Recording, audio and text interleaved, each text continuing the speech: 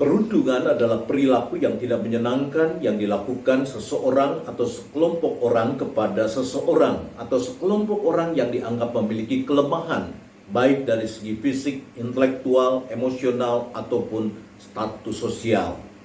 Kita dalam Sapa Gembala pada saat ini hendak mempercakapkan bagaimana sikap Alkitab terhadap perundungan dalam kehidupan sehari lepas sehari.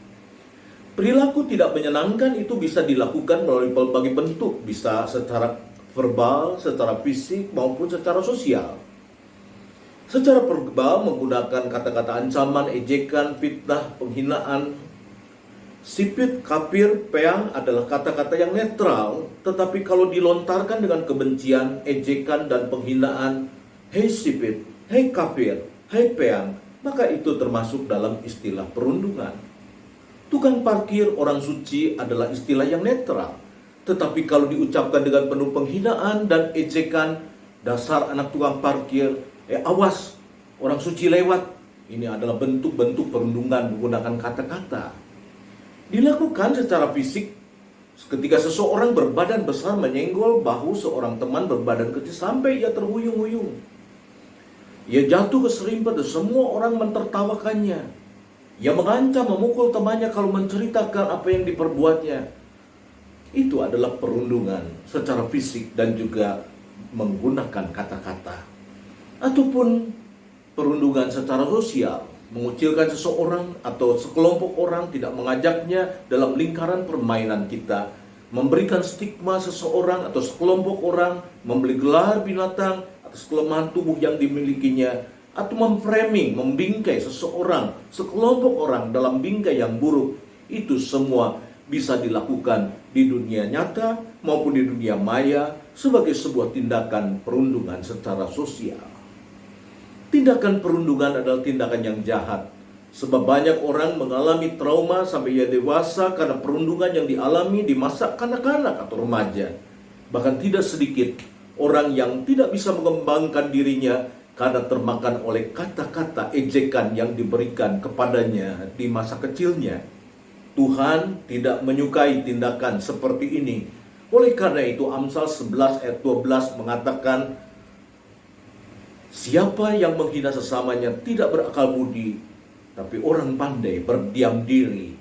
Dan Amsal 14 ayat 31 mengatakan, siapa menindas orang yang lemah menghina penciptanya, tapi siapa yang menaruh belas kasihan kepada orang miskin memuliakan dia. Orang yang mempraktekkan perundungan adalah orang yang tidak berakal budi menurut Alkitab. Orang yang melakukan perundungan adalah orang yang menghina Allah, melawan Allah. Perundungan dalam Alkitab kita temukan dalam tindakan saudara-saudara Yusuf ketika Yusuf datang membawa makanan untuk mereka. Saudara-saudara Yusuf yang iri hati itu berkata, lihat tukang mimpi itu datang lagi. Kejadian 37 ayat 19. Oleh karena perundungan dilakukan oleh orang yang tidak menggunakan akal budi, banyak orang kebablasan. Mari kita lihat, setelah perundungan dilakukan oleh mereka, lalu mereka berkata, mari kita bunuh dia, kita lemparkan ke dalam salah satu sumur ini. Lalu kita akan melihat nanti bagaimana jadinya mimpi itu. Yang tadinya bersifat ejekan, hinaan, sekarang mereka kebablasan. Perundungan berubah menjadi sebuah persekusi.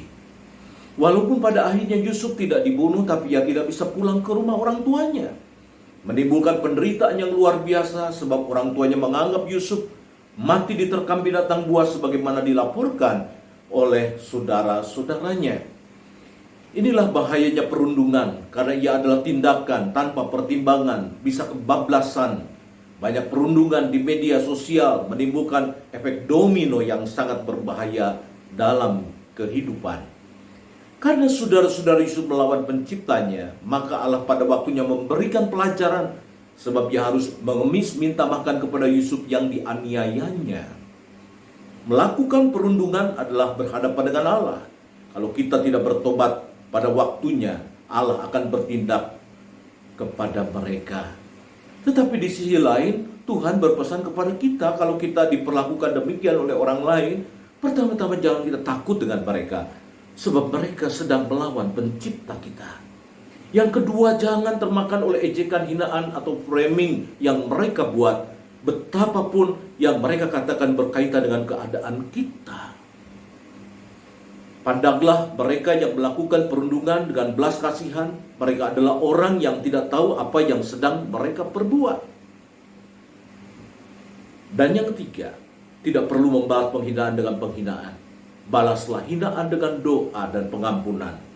Allah mengajarkan kepada kita, jangan melawan orang yang berbuat jahat kepadamu, melainkan siapapun yang menampar pipi kananmu, berilah kepadanya pipi kirimu. Dan kepada orang yang hendak mengadukan engkau karena mengingini bajumu, serahkan juga jubahmu. Siapa yang memaksa engkau berjalan sejauh 1 mil, berjalanlah bersama dia sejauh 2 mil. Matius 5 ayat 39 sampai 41. Mari kita belajar dari Yusuf ketika ia mengalami perlakuan-perlakuan yang tidak menyenangkan dalam kehidupannya. Kita tidak menemukan Yusuf menyimpan sakit hati. Kita tidak menemukan Yusuf menaruh dendam.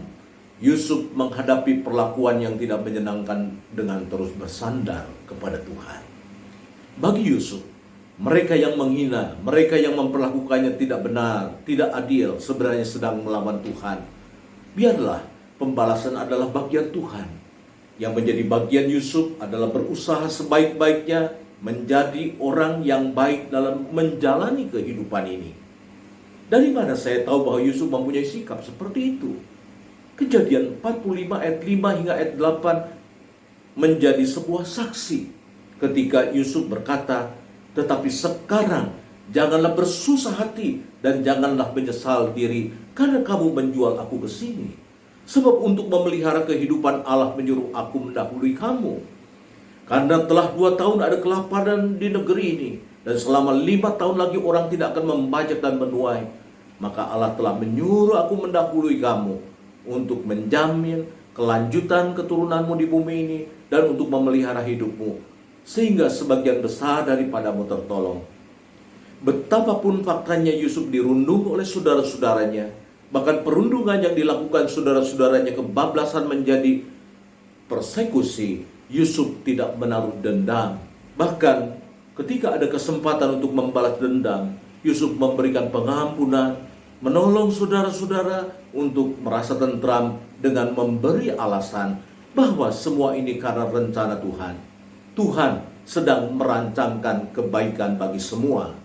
Kita tidak boleh melakukan perundungan, penghinaan kepada sesama. Tetapi kalau kita yang dihina, kita jangan termakan oleh kata-kata mereka, dan kita tidak perlu seperti mereka yang tidak berakal budi. Amsal 14 ayat 31, siapa yang menindas orang yang lemah menghina penciptanya. Tuhan memberkati saudara-saudara. Amin.